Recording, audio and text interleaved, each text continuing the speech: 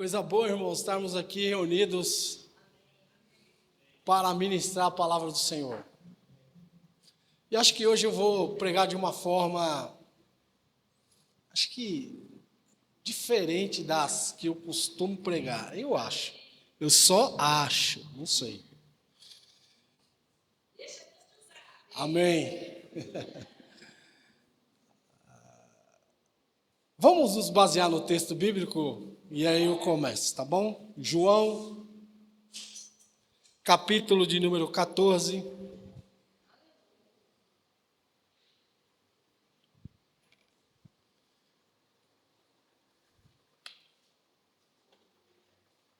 O versículo de número 1.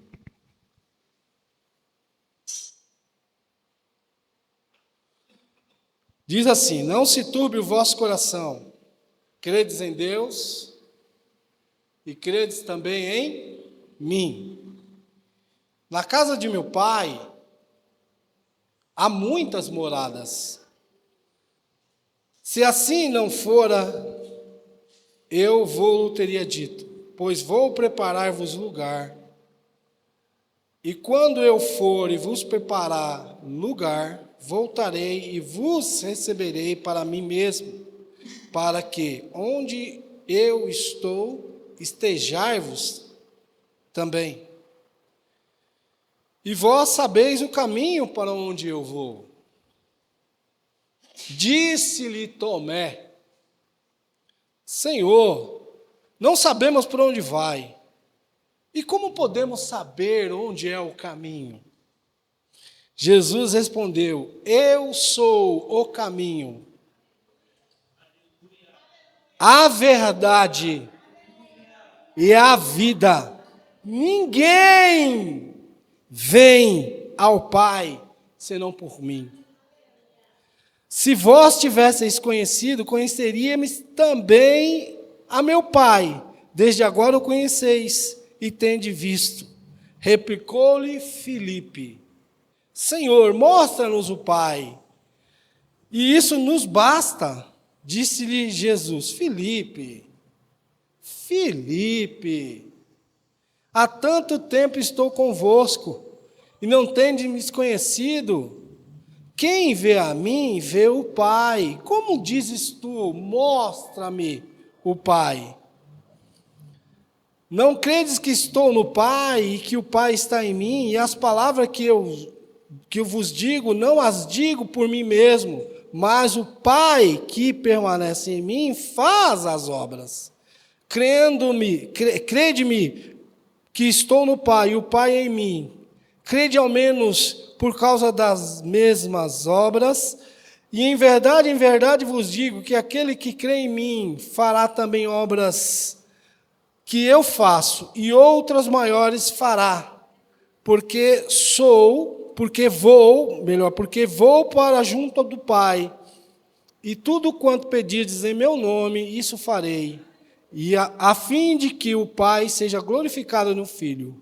Se me pedirdes alguma coisa em meu nome, eu o farei. Se me amais, guardareis os meus mandamentos. Eu quero que você reflita no versículo de número 6, quando Jesus responde a Tomé: eu sou o caminho e a verdade e a vida. E ninguém, absolutamente ninguém vem ao Pai se não for por mim. Pai, em nome de Jesus, somos gratos pela revelação da sua palavra. Somos gratos por esse dia, Pai. Somos gratos por essa manhã de bênção, essa manhã de alerta para todos nós acerca da sua palavra. E a grandeza que a sua palavra nos mostra na manhã de hoje. Que salvação só há no nome de Jesus Cristo. E não há em nenhum outro mais. Em nenhum outro mais. Apenas em Jesus. É o que nós afirmamos, é o que nós cremos, é o que nós pregamos, é o que nós vivemos. Salvação só há no nome de Jesus. Amém. Glória a Deus. Queridos, essa semana foi uma semana atípica para mim.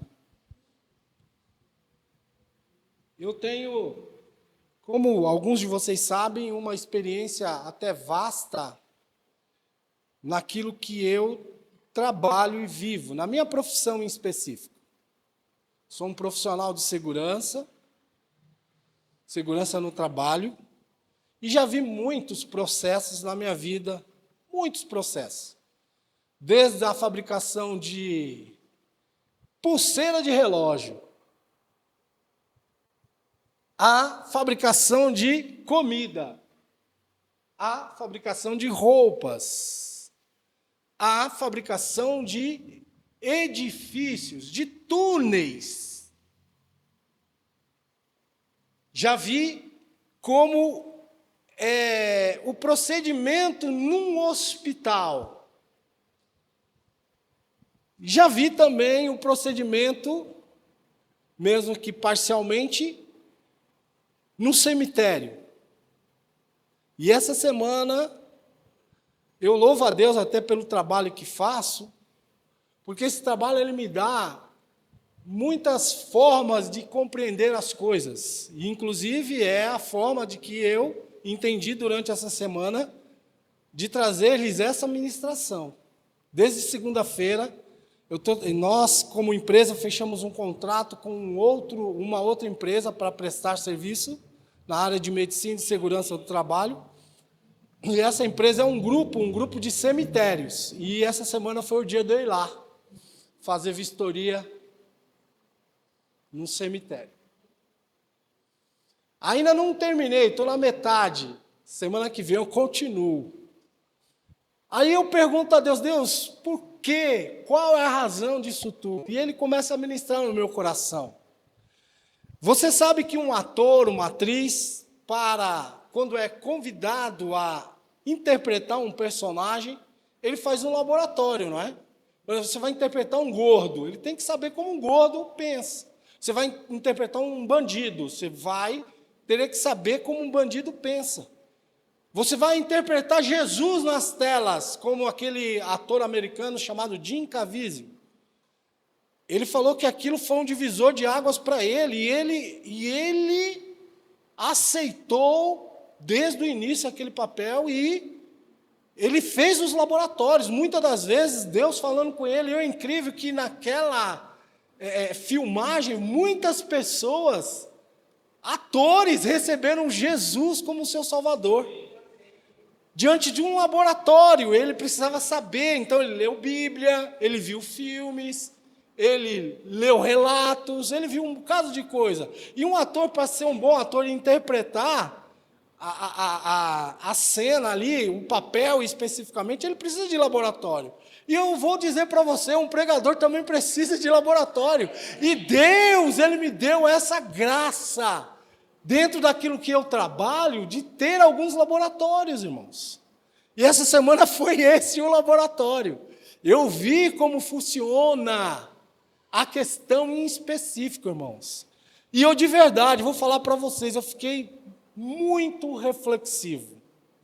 É de uma reflexão tão grande, inimaginável. Eu nunca me vi num tempo de reflexão tão imensa com relação ao que eu vi durante essa semana. Olha só para você ver, eu vi cremação e o resultado da cremação e o processo da cremação em específico. Está me assustando não, né, Raquel? Fica me assustando. Eu vi sepultamentos e também vi exumação. Presenciei ali, vi. Em todas elas, um versículo latente não saía da minha cabeça. Quero que você abra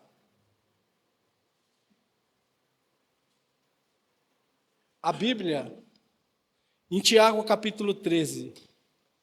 Por isso que eu estou falando que hoje vai ser um tipo de típica ministração diferente das que pelo menos vocês me conhecem e sabem.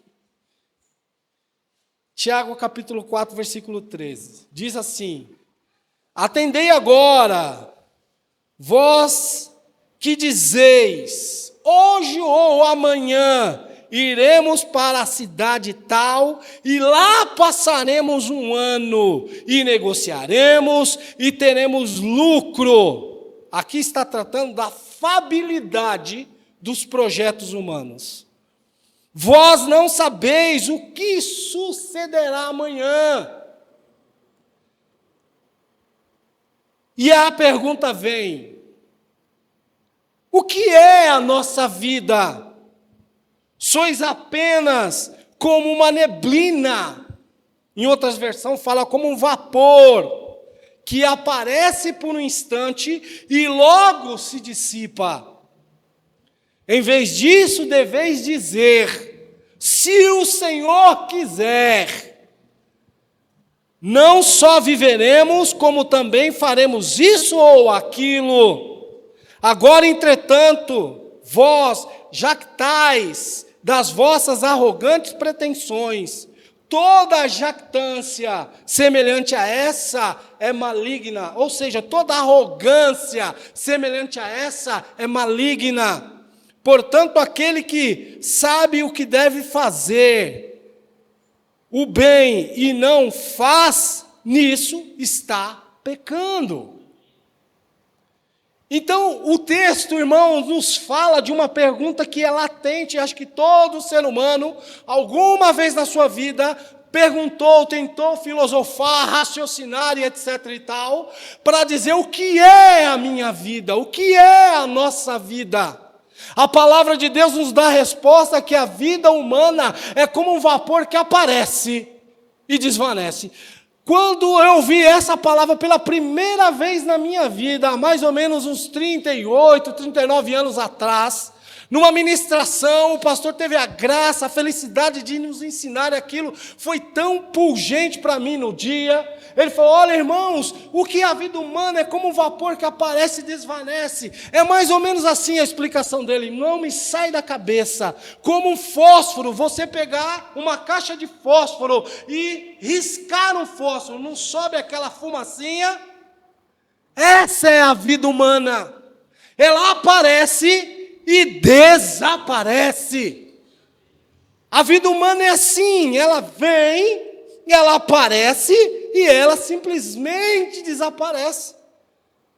Ela não fica, ela não permanece, ela é muito, muito, muito volátil, ela é muito rápida. E eu pergunto a vocês que me ouvem, se você morrer agora, o que será da sua vida? O que será da sua vida? Responda. Há muitos anos atrás, nós cantávamos um louvor, quando era jovem, e falava sobre além do pó, há algo, mais ou menos assim, há algo... Era do Grupo Real Viver. Falava além do pó, há uma eternidade para se viver. Onde você vai passá-la? Responda que eu quero saber. E é uma verdade, meus irmãos. Há uma eternidade para se viver e as pessoas não estão se atinando a isso. Ou quando muito ele fala, não, Deus é um cara legal. Não. Diz que Deus... De verdade, você acha que Deus vai me jogar no inferno? De verdade, Deus não vai jogar no inferno. São as nossas ações que podem nos jogar no inferno. Não Deus. E a palavra de Deus diz, irmãos, que os homens pecam no maior de todos os pecados. Não é ter 3 mulheres, não é adultério, não é droga, não é roubo. O maior de todos os pecados é não crer em Jesus Cristo como o único e Senhor da sua vida. Esse é o maior de todos os pecados. A palavra de Deus fala sobre isso. A palavra de Deus retrata sobre isso. E a palavra de Deus, ela nos ensina que nós como humanos, nós como seres humanos, sob uma perspectiva tripartida, ou seja, um conceito fundamental da doutrina da nova criação, que nós, humanos, somos essas três partes distintas.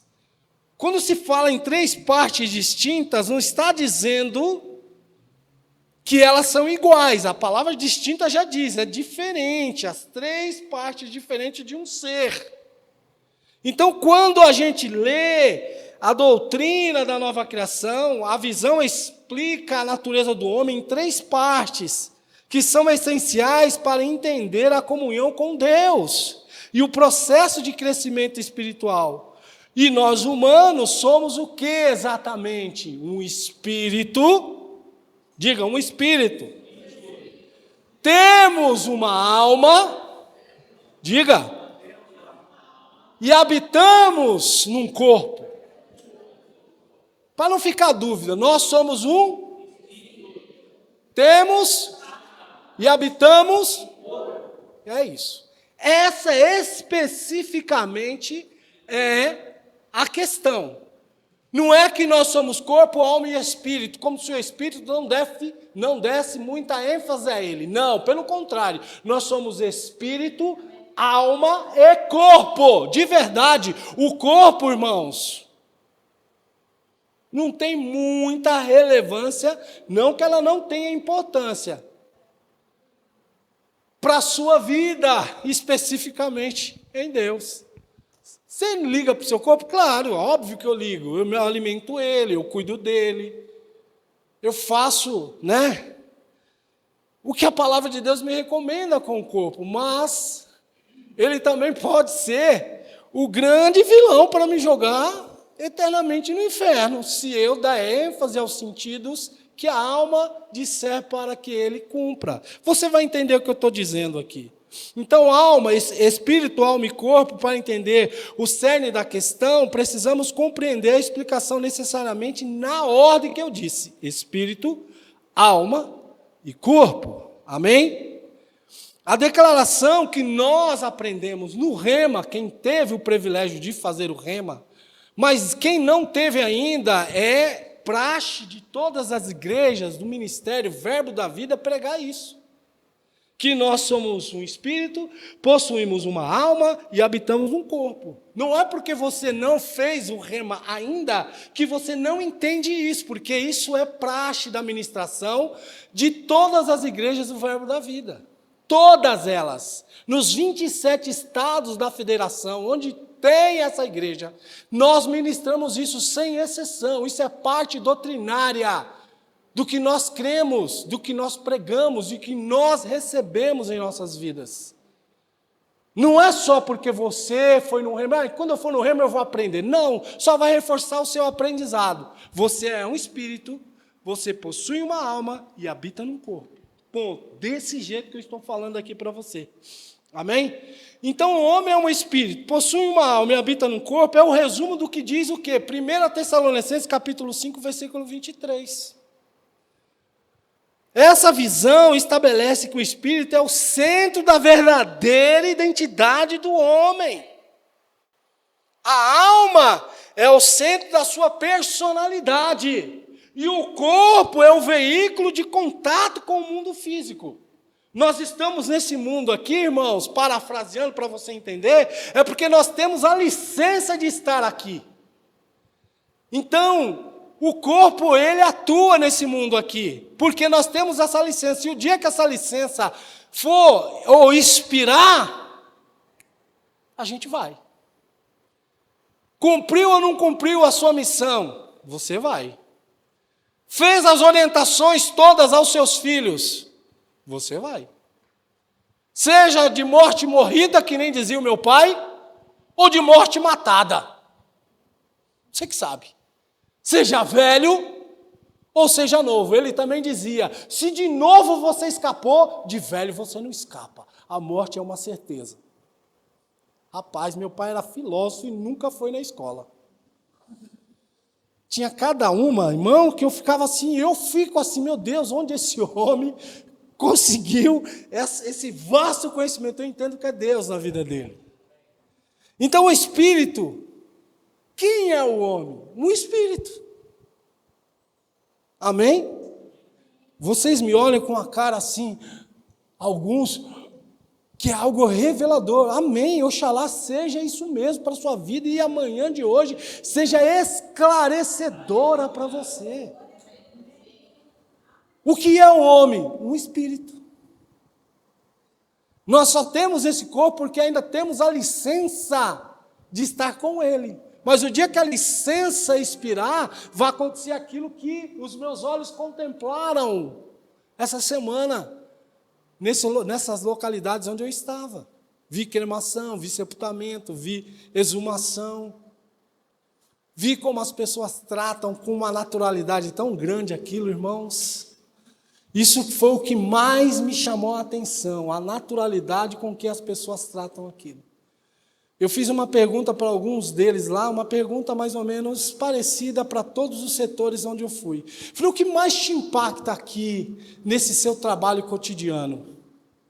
Eu já acostumei, já me habituei com isso. Não, mas alguma coisa nesses anos que você está aqui te impactou. Diga para mim qual foi.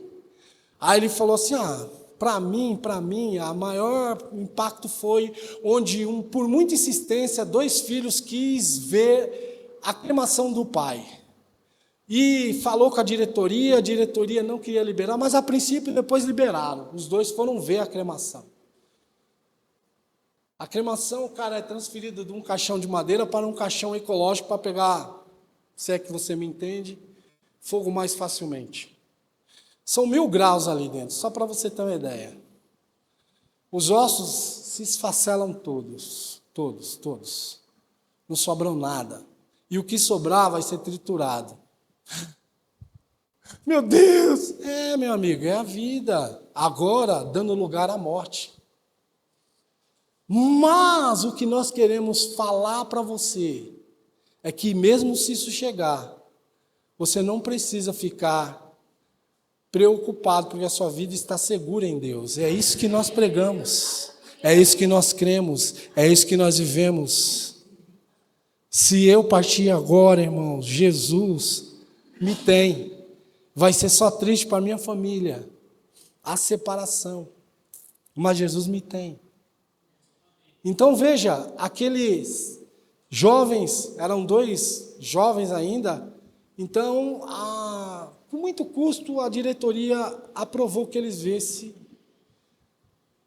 a cremação. Então, eles foram ver, o rapaz que trabalha lá, o operador, tal, fazendo todo o procedimento. Aí, quando foi empurrar o caixão para dentro do forno, que é um forno, especificamente um forno, e eles viram começar a queimar, irmãos. Um abraçou um ao outro e começaram a chorar, copiosamente. E eles entraram em desespero por ver aquilo ali, aquela cena, do seu pai sendo cremado. Então, queridos, é isso que nós estamos tentando trazer a você na manhã de hoje. Então, o espírito é uma parte do homem criada à imagem e semelhança de Deus. O ponto de contato com o mundo espiritual é o nosso espírito. O espírito é a única parte do homem que passa pela nova criação quando você recebe Jesus. Tem muita gente que até romantiza esse momento. Quem quer aceitar Jesus? A pessoa levanta a mão. Mas eu não senti nada. Eu também digo para você, eu não senti nada. Quando eu recebi Jesus há 40 anos atrás, eu não senti nada. Nenhum arrepiozinho. Eu estava muito tocado, sim, pelos louvores. E chorava. Mas eu não senti nada. No outro dia, a minha vida continuou. Mas ali eu nasci de novo. E eu comecei a ouvir a palavra. E esse ouvir a palavra começou a transformar o meu ser. Começou a transformar a minha vida, começou a me transformar. Aquilo que eu tinha antes, um desejo imenso pelas coisas desse mundo, estava sendo substituído pelo desejo de estar à casa de Deus, na casa do Senhor, ouvindo a palavra. Foi isso, o novo nascimento foi isso que produziu na minha vida. E produziu o primeiro ano, e produziu o segundo, e produziu o terceiro, e produziu o quarto, o quinto, o sexto, o 10º, o 15º, o 16º, o 20º, o 21º, o 25º, o 28º, produziu 30, produziu 35 e estou aqui hoje. A melhor coisa que eu fiz na minha vida foi ter levantado as mãos para Jesus. Esse contato com o mundo espiritual, através daquela minha decisão de entregar a minha vida a Jesus, o governo de Jesus. Então, irmãos, foi isso que ocorreu. Mas, quando a pessoa aceita Jesus, o seu espírito instantaneamente é recriado. Há uma mudança, tornando-se justo e santo. A importância disso é que o homem interior, o eu real, o eu que permanece. E você já parou para pensar, meu amigo, que você é eterno? Você nunca vai morrer? Ah, pastor, aí você bugou a minha cabeça. O senhor está falando de morte e está dizendo que eu nunca vou morrer? Isso, você é espiritual, você nunca vai morrer. Eu sou espiritual, eu nunca vou morrer. Nós somos espirituais, nós nunca vamos morrer. Agora, o que nós estamos fazendo cá na sua vida e onde vai ser essa eternidade é o caso. Amém, queridos? Então, a importância de que esse homem interior, o eu real, onde o Espírito Santo habita, é a questão. É a eternidade para se viver. Indo para a alma, o que é a alma? É o que o homem possui. A alma é a sede da personalidade humana. Ela age como intermediária, como é intermediária entre o espírito recriado e o corpo físico. A alma é uma espécie de divisor, uma balança. Ela pode pender para um lado, como pode pender para o outro. Você entende? Então a alma é isso. É o que o homem possui. A alma, como sede do homem, tem a sua mente, que é os pensamentos, que recebe e processa as informações e por isso precisa ser renovada pela palavra de Deus todos os dias. Romanos 12, versículo 1. Amém? A alma, versículo 2, ela precisa estar alinhada ao Espírito. Se isso for o contrário, aliar-se ao corpo, vamos para a bebedeira? Vamos mesmo. Vamos para a prostituição? Vamos mesmo. Vamos fazer as traquinagens que o mundo nos proporciona. Afinal de contas, eu sou jovem. Afinal de contas, eu tenho sangue. Afinal de contas, eu tenho muito testosterona. Para mostrar que é muita, né? Muita. Afinal de contas, os meus hormônios estão fervilhando. Afinal de contas, tem um carnaval se aproximando. Afinal de contas, mais um fim de semana. Afinal de contas, tem ali um não sei o que eles batem a mãozinha aqui e faz aquele sinalzinho. Afinal de contas, tem os piseiros. Afinal de contas, tem tudo aquilo que o diabo proporciona. Agora, a decisão é sua de continuar com isso ou entregar a sua vida a Jesus. Só sua, de mais ninguém. Amém, meus queridos? Então, essa alma precisa estar alinhada.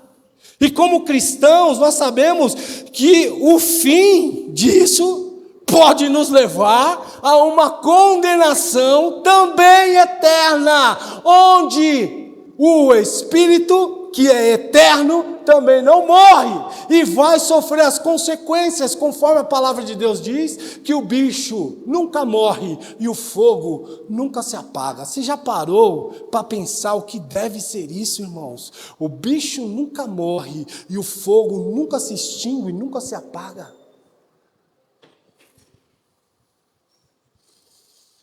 Pastor, eu não estou gostando disso aí não, que o senhor está falando, a Igreja Verbo da Vida é mais assim para cima, né? Esse negócio de receba a chave da vitória, eu não estou gostando desse rumo dessa prosa. É o que tem para hoje, amigo. É a palavra. E eu não posso ser parcial, pregando só o que você se agrada e aquilo que você não se agrada, deixe para outro dia, ou talvez nem fale. Você precisa saber. Isso está no combo de ser cristão.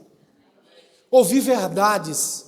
Verdade que se eu não me ajustar, eu vou coletar eternamente os prejuízos. Não é só por algum tempo, irmãos. Por mais que uma condenação a uma cadeia, seja de 30, 40, 50 anos, e o cara, mesmo velhinho, vai sair dali, daquela cadeia. Não, isso é eterno. Você tem ideia do que é eterno, irmãos?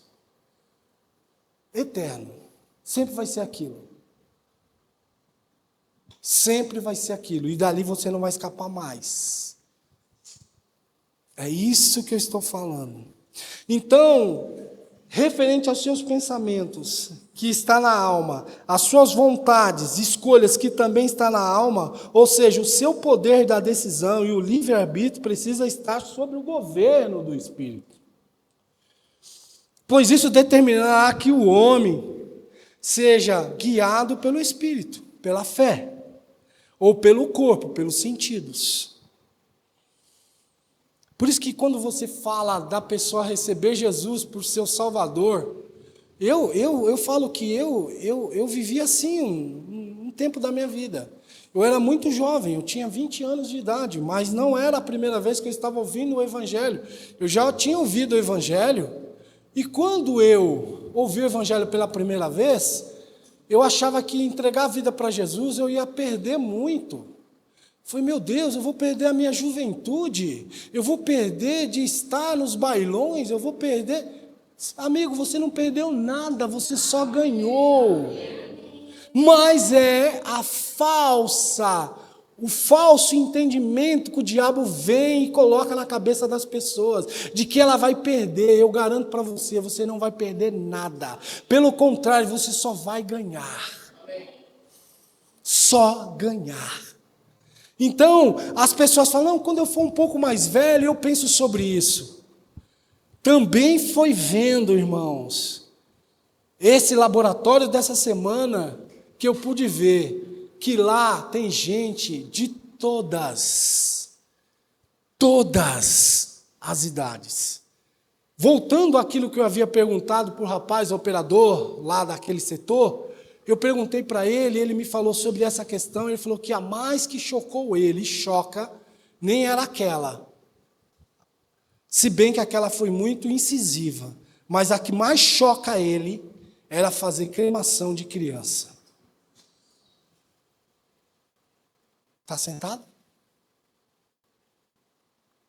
E o dia que eu estava, tinha 2 gêmeos lá. Caixãozinho branquinho.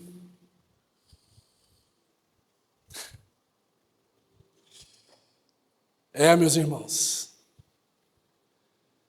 Não é à toa que o sábio Salomão lhe diz, melhor para nós é irmos a um velório do que a uma festa de casamento. Irmos a uma casa de luto do que a uma festa de casamento. Amigo, é a sua oportunidade. Não está no momento onde você está vendo o noivo, a noiva, aquele momento tão glorioso e único, mas ao velório. Porque no velório a gente vai ver o que a gente de fato é e o que nos está aguardando. É uma verdade. E olha, só de falar isso, eu sinto o clima aqui de reflexão de todos vocês. Hoje ninguém acha que vai dar uma carreira. Amém? Porque todos estão reflexivos, assim como eu estava. Assim como eu estou, eu digo.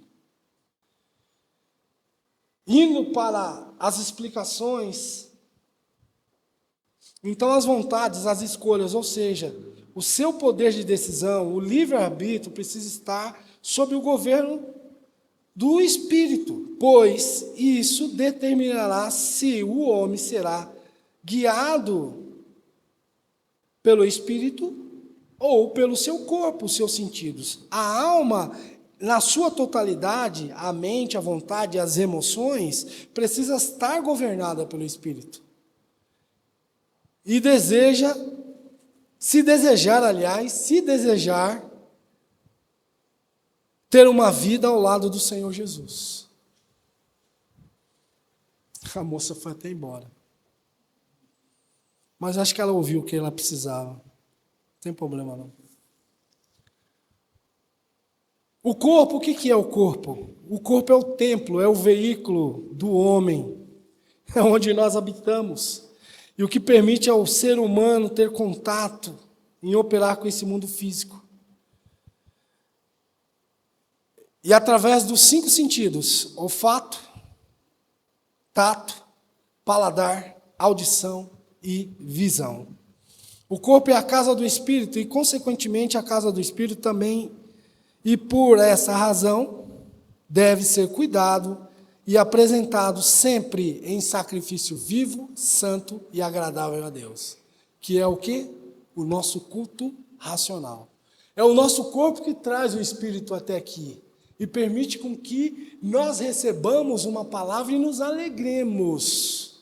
É o corpo só nos trouxe até aqui. Eu consegui dirigir meu carro, eu consegui chegar aqui. Eu estou transmitindo a palavra de Deus para você através do corpo, através da minha voz, através da minha audição, da minha visão, do meu tato, do meu contato com vocês. Amém? Então, o corpo tem uma importância muito grande no processo, irmãos.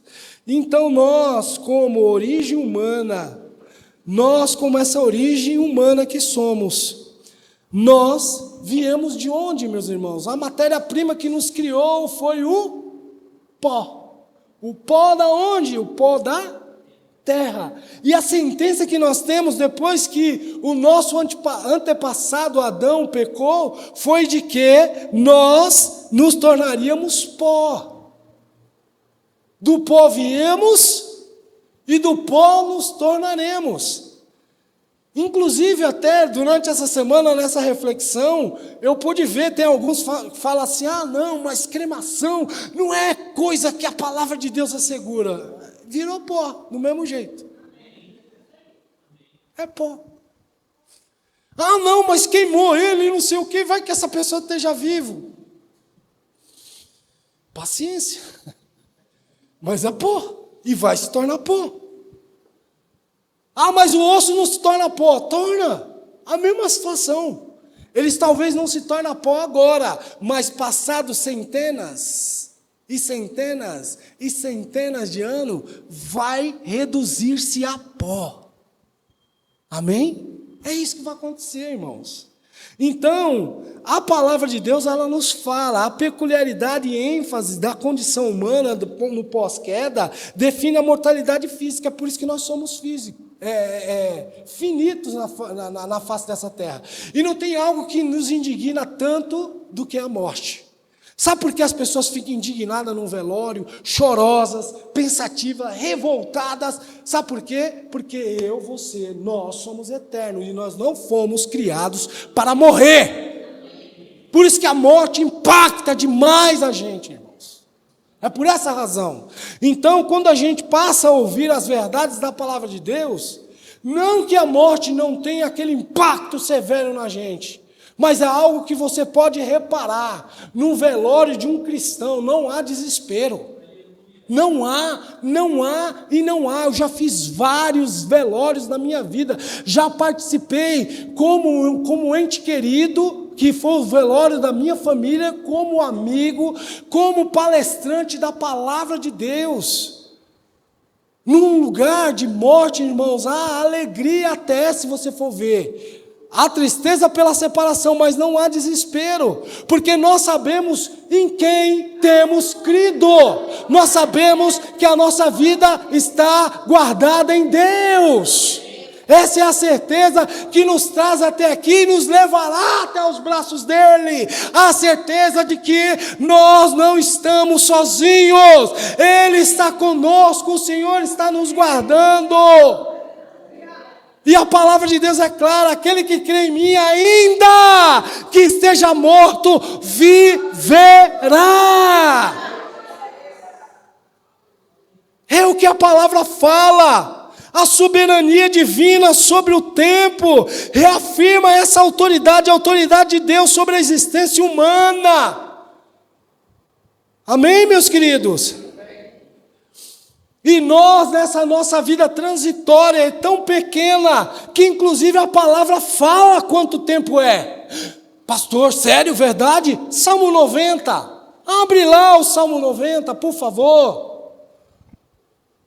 Um salmo escrito por Moisés.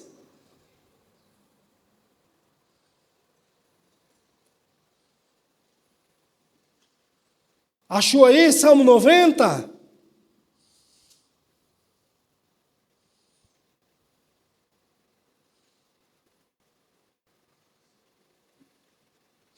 O que a palavra fala? Senhor, Tu és o nosso refúgio, de geração em geração. Antes que os montes nascessem e formasse a terra e o mundo da eternidade, o mundo de eternidade a eternidade, Tu és Deus.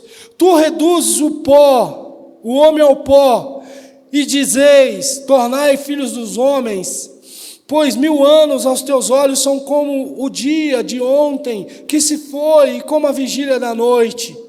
Tu os arrasta nas torrentes, são como um sono, como uma relva que floresce de madrugada viceja e floresce, e à tarde murcha e seca.